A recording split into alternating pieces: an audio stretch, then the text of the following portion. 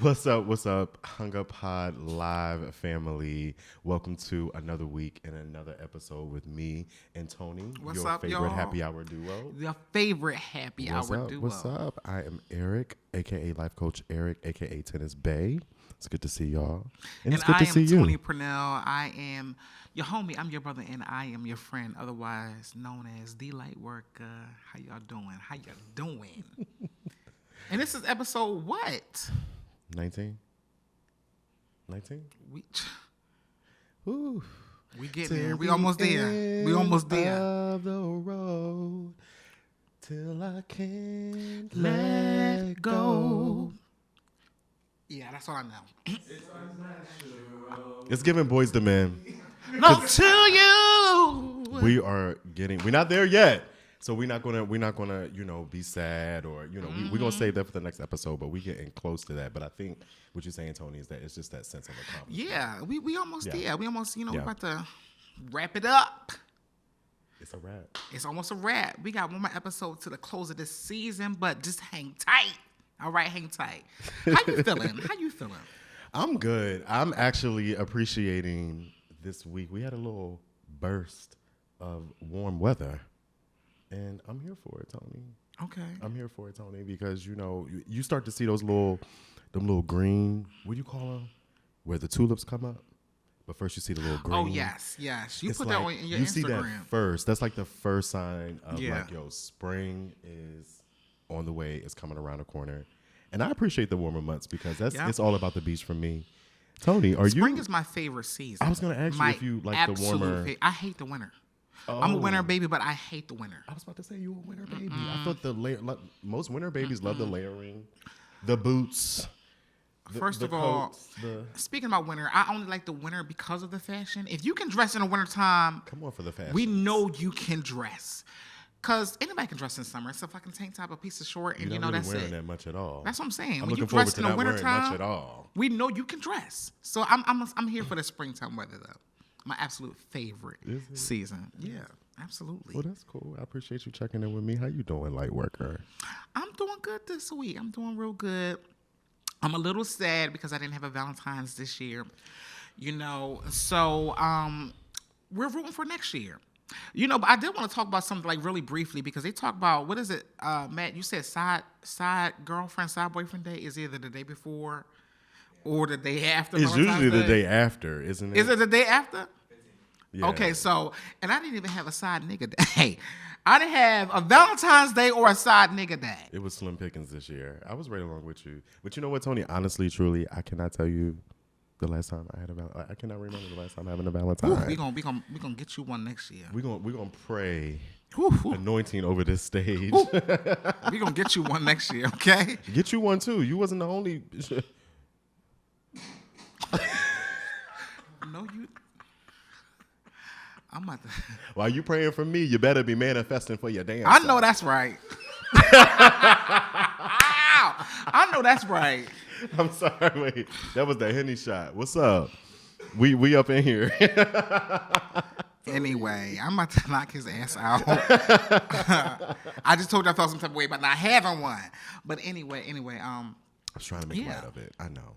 It's tough. A lot of us go without. Yeah, we do. So is this for the single lovers? This is for the lovers. Mm-hmm. Yeah. This episode we're gonna dedicate to everybody who did not have a Valentine this year. Yeah, I can be your official one. You can buy me for next year. If you don't have one, and I might not have one next year, but I'm saying you can rent me to be your boyfriend for the day. Are you trying to be auctioned off like they used to do back in high school? This is some good merch. Is it? What's the going rate? It averages, it's different. Seasonal. It's seasonal. It's the seasonal. price. So I don't, it's different for everybody. It depends on what your needs are. It's a package rate. You might not need a lot. And it depends on the market. Yeah, so, Supply you might and just demand. need a boyfriend for 1 hour to meet your family, or you might need them for the rest of the day. Okay? I love it, Tony. So let's get into these hung up hang-ups. Let's get into it. This is our favorite segment we love it. of the show. And what did you say? We love it. Hit it, boys. Hit it, boys. Bam. What? I was like, I have not let this drink go. Usually I can give the whole little, like I'm playing the drums, but I couldn't because I was holding. I gotta be. You got our first one. So, are you hung up? Are you hanging up? Tony, yes, the light worker, on Rihanna's Super Bowl halftime performance. I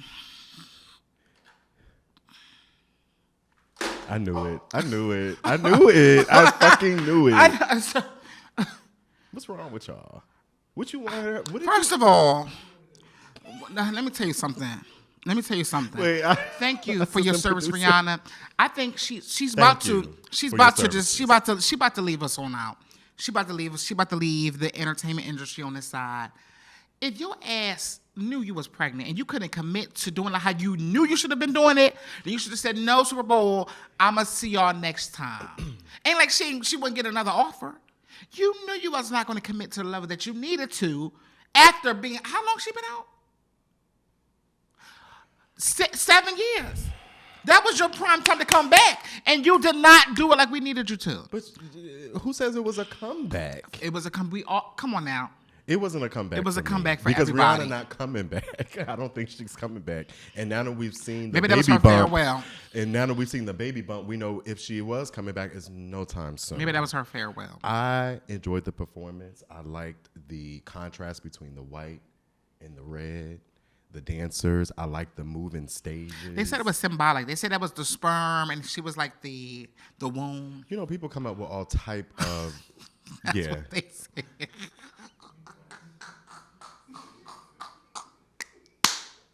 They said she was pregnant. It was symbolization. The old school Tootsie Roll Pop owl said the world may never know how many licks it takes to get to the. How about you? Are you hung up or are you hanging up? I'm hung up.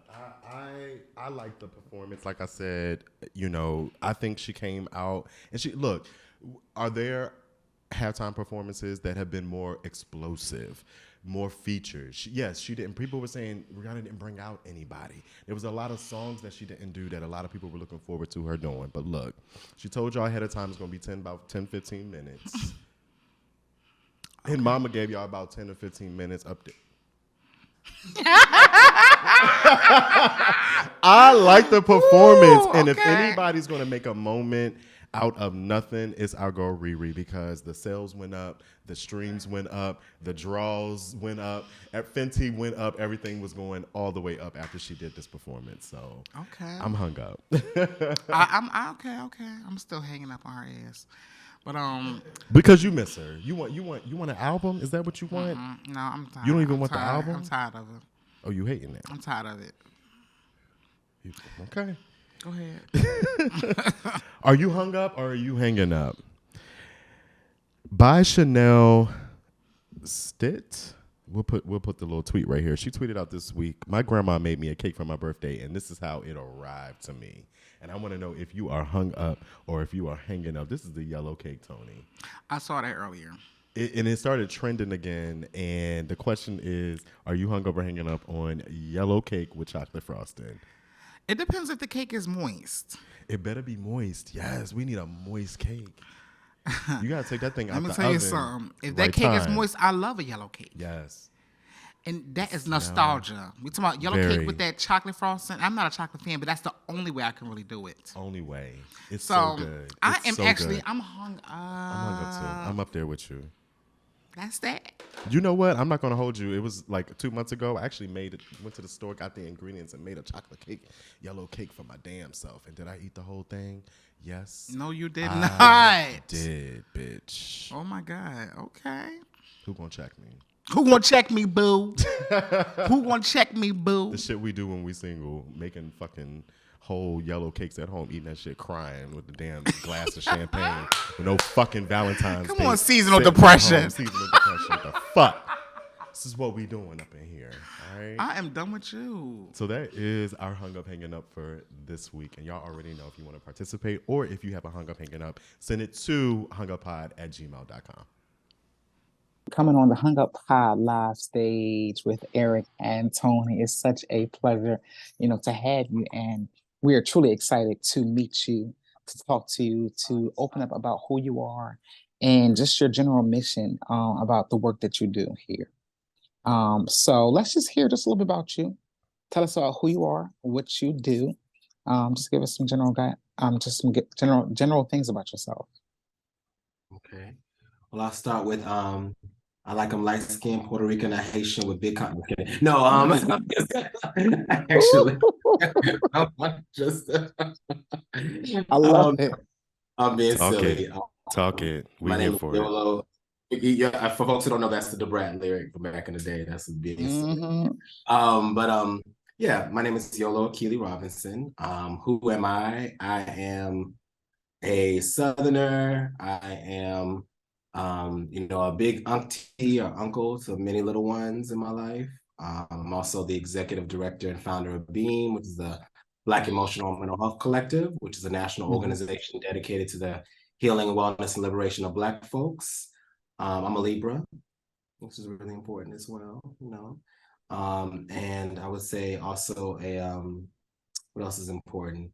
I also am, very much so Team Hot Girl, so I'm very Megan Thee Stallion. That's very so that's some important pieces to know about me. We love Meg. Okay, we love Meg. All right. We love Meg. And speaking of which, Yolo, you were listed as a resource on Hot Girl Meg's. Yes. She had the wellness page, and you were listed as a resource. So shout out to you.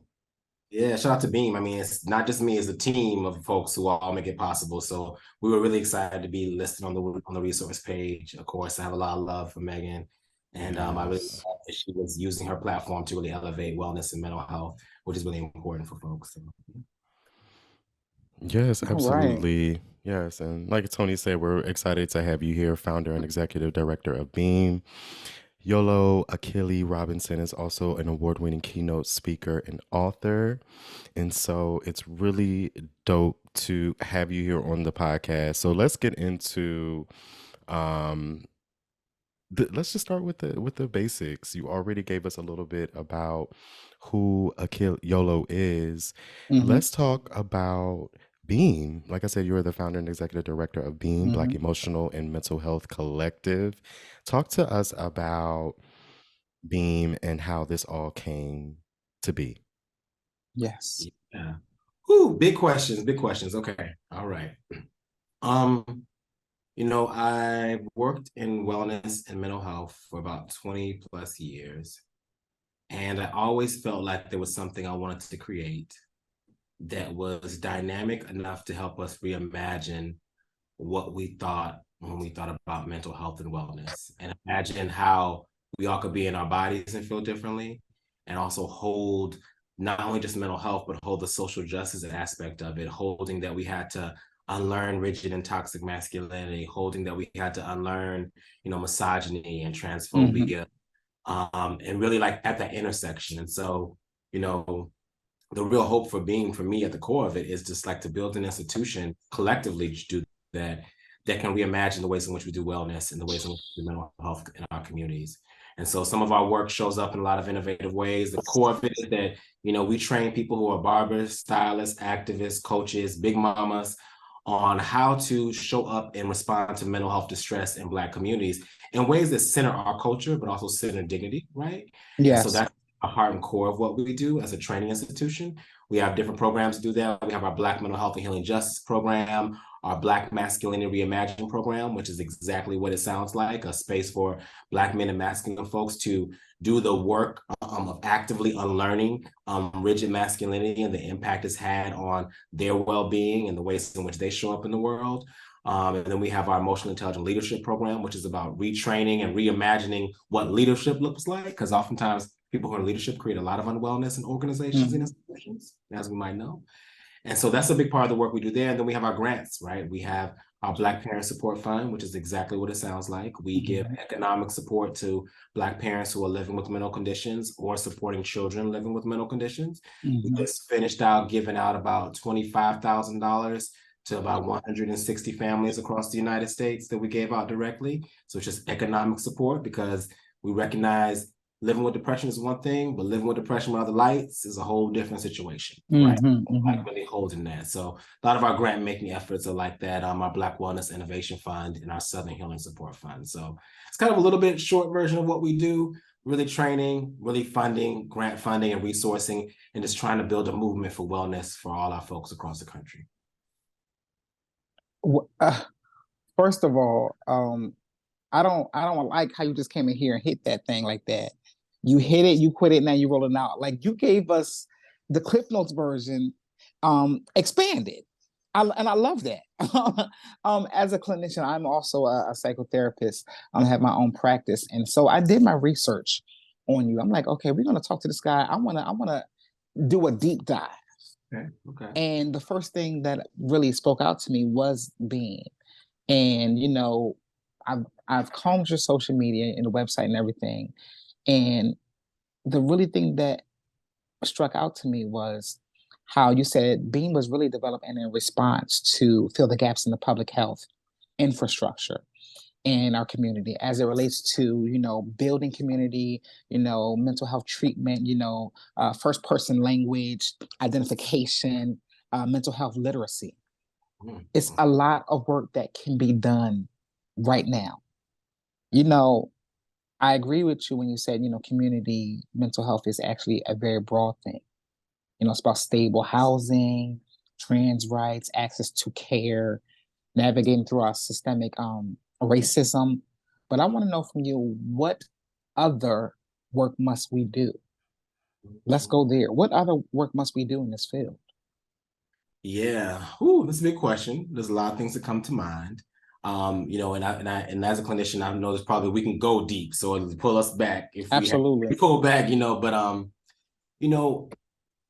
so there are a couple of things that come to mind immediately. Like one, Beam's model is really built on the idea that, first of all, the first responders in our communities, unfortunately, are not often psychotherapists or social workers, right? They are often barbers or the hairstylists. I can tell you how many stylists have come to our training and been like, child, she just went into a full, broke down.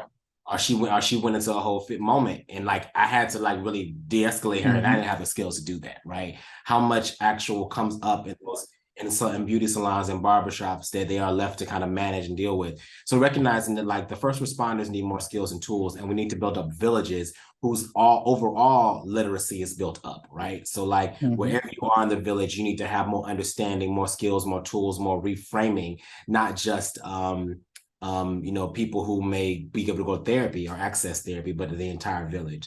So really like starting there is really important for me. The structural pieces that I feel like really need to change. Good Lord. I mean, we starting first, of course, with universal healthcare. Like we need healthcare. Absolutely. We need healthcare to be free. We need it to be accessible. And we also need models of wellness that aren't just psychotherapy, because a lot of folks are not going to go to psychotherapy individual one-on-one. Or have the access to it. But we also need more group support, right? So I think right. One of the challenges that me and my colleagues who have practices talk about is that they want to do more groups, but there's a lot of insurance hurdles for that payment, right? Like, and trying to figure out how to structure that, because a lot of folks do need community to kind of like see themselves reflected and benefit from those spaces. And therapists also struggle with, how do I get paid for this? And how do I navigate this in the system, right?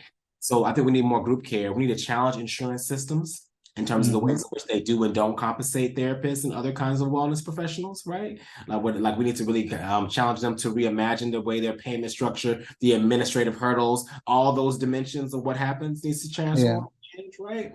And then we need to think about also how we even train therapists. I was reading Dr. Thomas Insel's book. He's a former director of the NIH.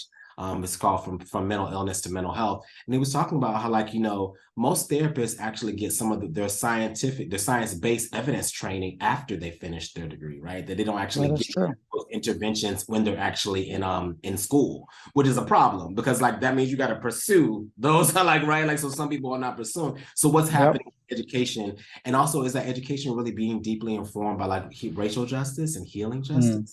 Is it really giving them the skills and tools to think about embodiment and other practices? And so I think there's just a lot of opportunity for expanding the way the education happens for therapists, expanding the field, think about peer support folks and other folks having more skills and tools. I'm also really interested in like how we create a code of ethics for healers who are not traditional, who are not Western healers, right? Like, or not Western therapists, right? Absolutely. I think we were living in a really precarious moment where, a lot of people are like, I'm a healer. And we're like, okay, girl, well, what are you doing? Like, what are you doing exactly? And sometimes folks unintentionally facilitating a lot of harm, trying to do things that they actually don't have the tools and skills to do. There we go. Right. And so holding that while also holding that indigenous healers are important. Reiki is a great healing practice. Yoga is a great practice, but everybody needs to be aware of the limitations of the tool and what their tools can do. If you're a yoga teacher and you out here with the DSM, maybe that's not your tool. It's actually unethical. It's actually unethical to practice outside of your scope of practice. Absolutely. And I think what's happening is that there's a lot of boundary crossing and a lot of lack of safety that's happening in our communities, because unfortunately, the people who identify as healers and in these other alternative practices tend to be more accessible to our folks sometimes than a therapist, right? And so they tend to be the go-to. And like, while there are many, to be very clear, there are many quote unquote, I don't like the language of alternative healers, just people who are doing healing practices who are very ethical and very grounded and rooted. There also are people who are not. And just like there are people who have licenses as well that we know are not rooted. Absolutely.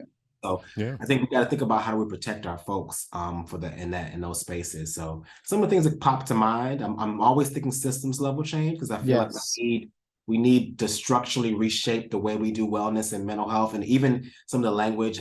There's a thing we're doing right now talking about even, I think some of the language needs to change. Like we say mental health. And you know this, like mental health is really physical health, right? We're talking about our nervous system, we're talking about our brain. So like there's a way in which sometimes the language makes us think, divides the concepts in a way, like, doesn't help us understand how the interconnectedness of our bodies and the land and all these things. So I think that we need language shift, we need structural shift, we need lots more coins for all people doing this healing work. And those are to mind. Thank you so much. I think that's really cool that you talked about that village piece, because I think here on the Hung Up Pod Live, Tony and I kind of represent those different layers. Tony having that clinician coming from that therapy perspective, and I'm coming from the life coaching perspective. And so it does depend on where that person's at in their journey and their process and what they have access to. So I just think it's great that one of your missions is to focus on the collective village, all the people who are kind of pouring in and providing everyone with those resources, because you really speak to, and you brought it up a little bit about how everyone wants a Black therapist. Everybody wants a Black therapist, and everyone's being told, go get a Black therapist. And then when you go out, you start to see, well, actually there's a shortage of Black therapists. And in some cases, the Black therapists are worn out. I mean, I had a Black therapist over a year ago, and he was a little bit open with me about some of how the things that he was going through within his practices wasn't healthy for him. And so I just love how you highlight the importance of the village pouring in, but like you just said, pouring in with the right resources and the right tools, and not further perpetuating or creating issues within the community. So I love that intentional work, Yolo. Yes, absolutely. I appreciate you lifting that up, and you're absolutely right to say that, like, even in our network, so they're the black therapists, not just Black therapists, but group facilitators, people who are doing healing work, are exhausted, right? And there's a lot to be looked in there, right? It's to be addressed there. Like, so one, we have this issue, of course, the shortage. And then we have to think about how we also are doing care, right? And the ways in which, like, unfortunately, one of the things that happens in the field for people who are doing helping and healing work, and I know you know this as well, Tony, is that sometimes the place where we're doing that healing for work from needs to be interrogated, right? And so there's a concept that we teach in Beam. We talk about martyr nurturing versus healing-centered nurturing, right? So martyr nurturing being this idea that it is admirable for me to martyr myself in the service of other folks, right? To actually desecrate and then dismiss and deny my own self-worth and well-being. And that is a concept that is deeply rooted in a lot of religious systems. Exactly. Misogyny. And what ends up happening is it produces these spaces and these systems where everyone's burnt out. Versus the healing-centered nurturing model, which really says that, like, and my wellness and cultivating consistent wellness for myself is a part of my ability to support others, right? And it's less prominent. It's like there's a lot of, like, encouragement around grind culture, a lot of encouragement around like, being fatigued is kind of considered a badge of honor. Exactly. Right? As opposed to being like, well, how can our healers and our wellness folks feel differently?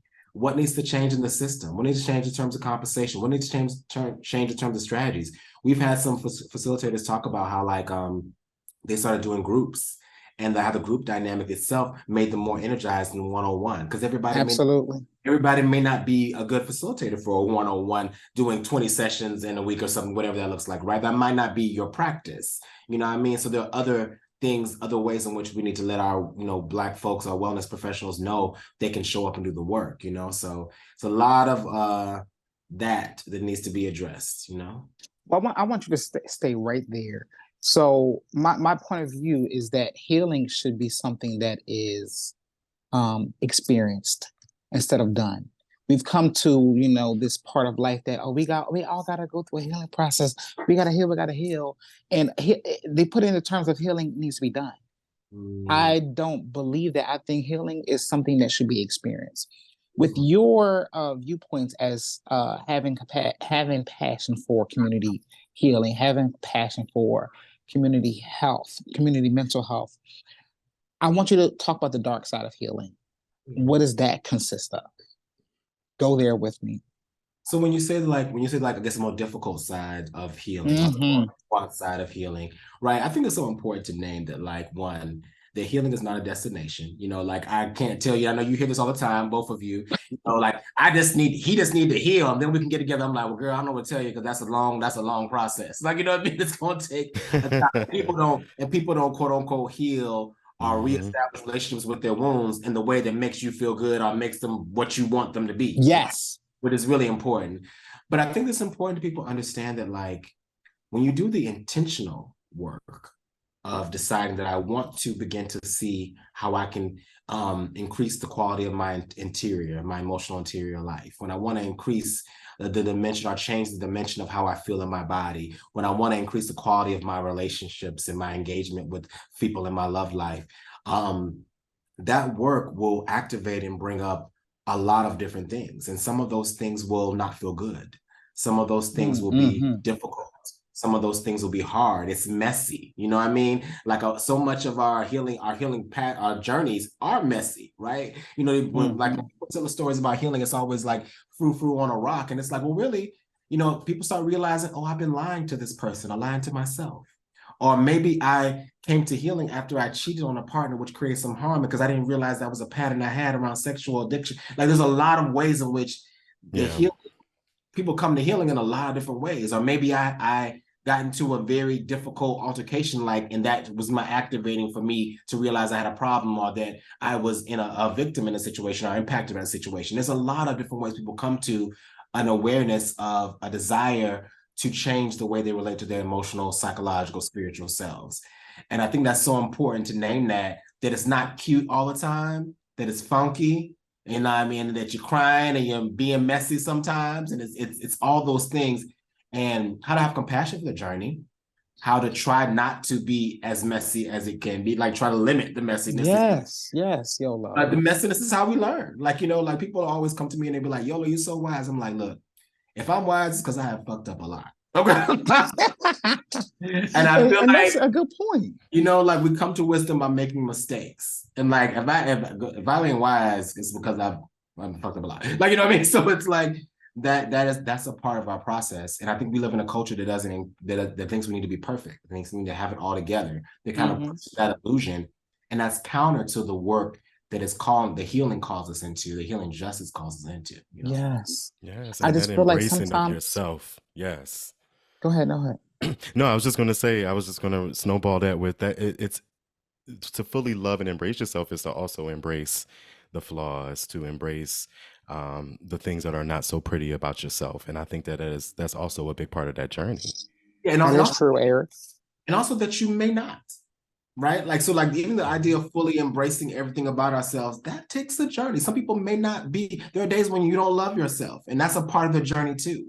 When we don't feel good about ourselves, when we don't feel good about our choices, that's a part of the journey too. Because sometimes the culture where we're always like, love yourself, people are like, what if I don't love myself? I need to start at this place first. and not try to fake it to that place. Let me honor where I'm at.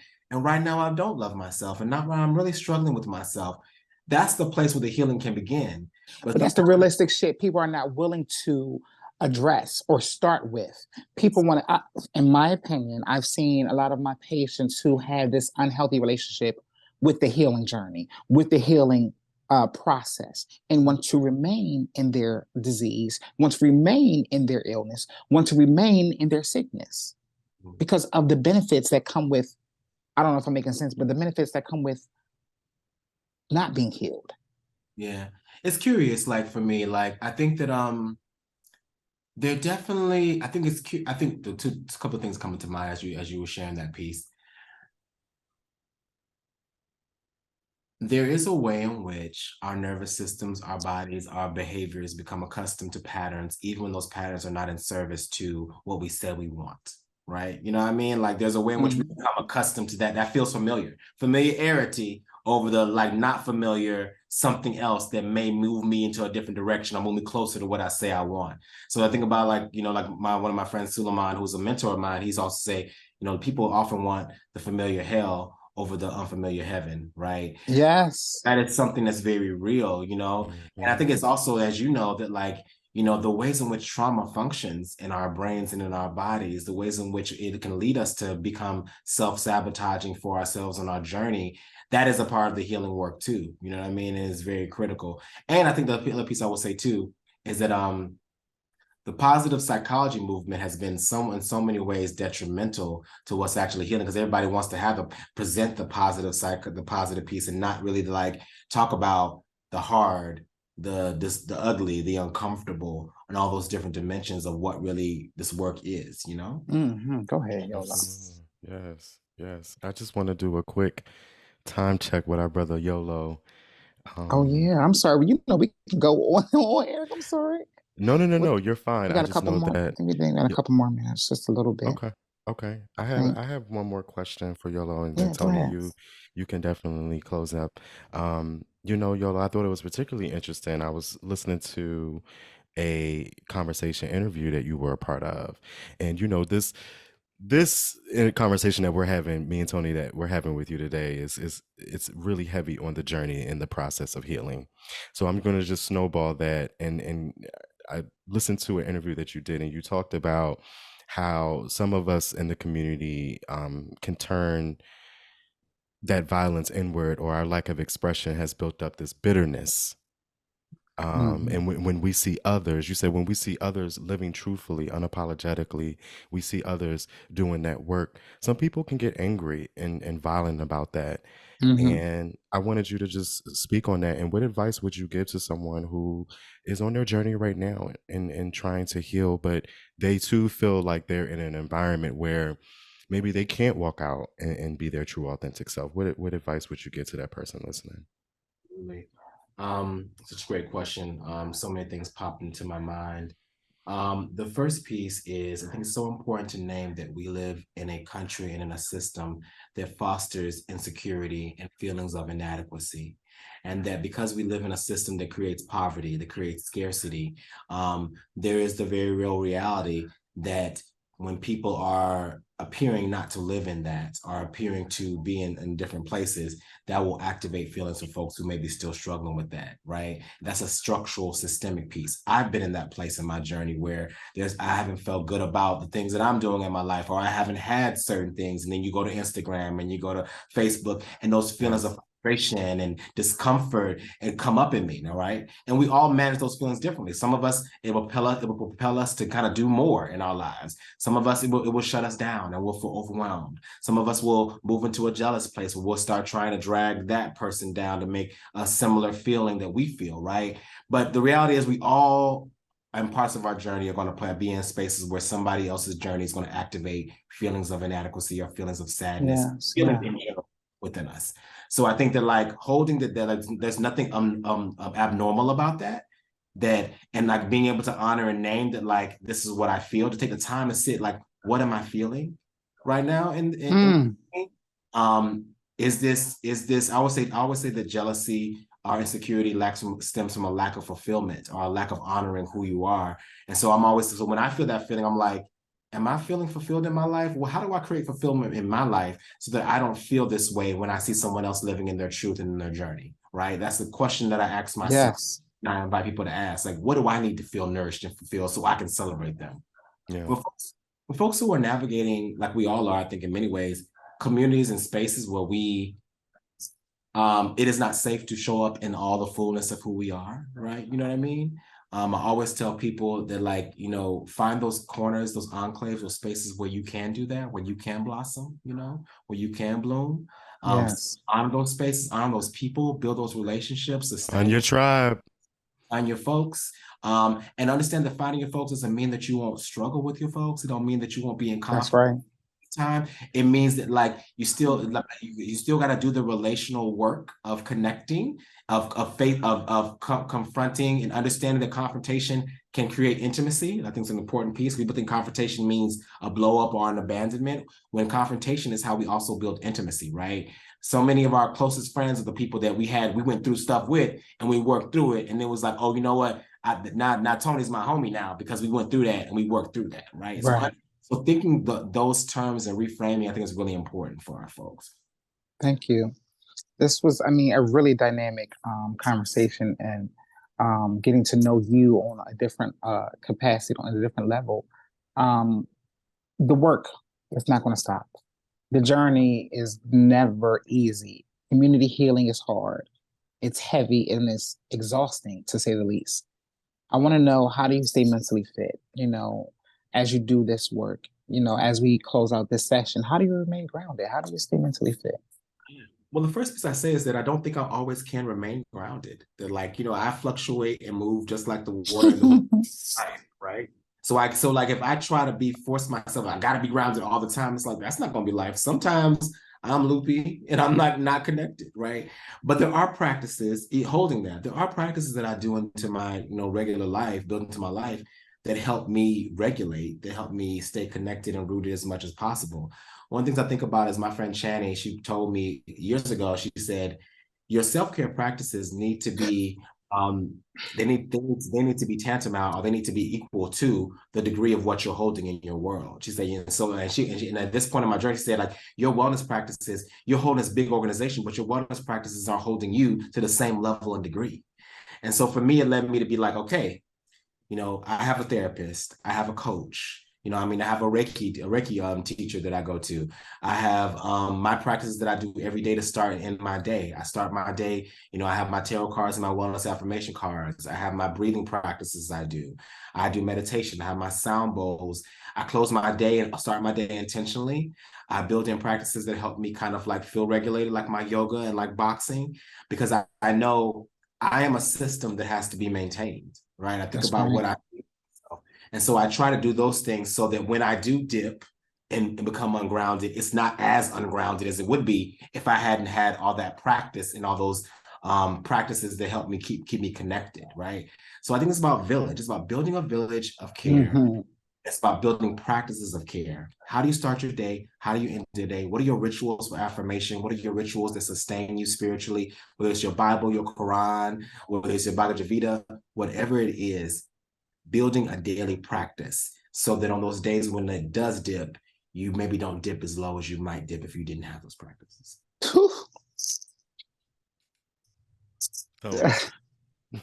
He gonna have to come to Philly. Well, we're gonna have to go. We're gonna have to do something, because I'm over here. I'm going through it in a good way, but I'm going through in a good way. Me too. I love Philly. I was telling them earlier, I love Philly, and I think that we actually have something coming up in Philly that Beam is doing. So like, maybe there's an opportunity for us to do something together while we're in the city. Yes, let's collaborate. That That would be amazing. We love collaboration. Thank you so much. Yes, Eric, yes. Yolo knows all about collaboration. I know we're wrapping up, but it was so many other things that maybe in the future we'll get to talk to you about. And it's crazy how you just tapped into that collaboration piece, because, Yolo and Beam has definitely collaborated with people in the community to bring resources and all kinds of cool stuff to the community. And so, like, we're gonna have to tap on that one day.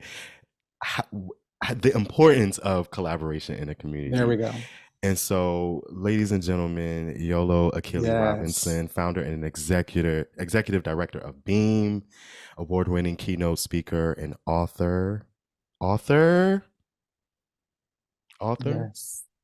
Mm-hmm. Such an amazing spirit. I watched a few interviews you did, and people were like, "Oh, your energy is just so cool. Your vibe." They ain't lying, y'all. They ain't lying. It's not. It's infectious. It's so infectious. We just are so grateful that you took time out of your day to dial into the Hung Up Podcast Live.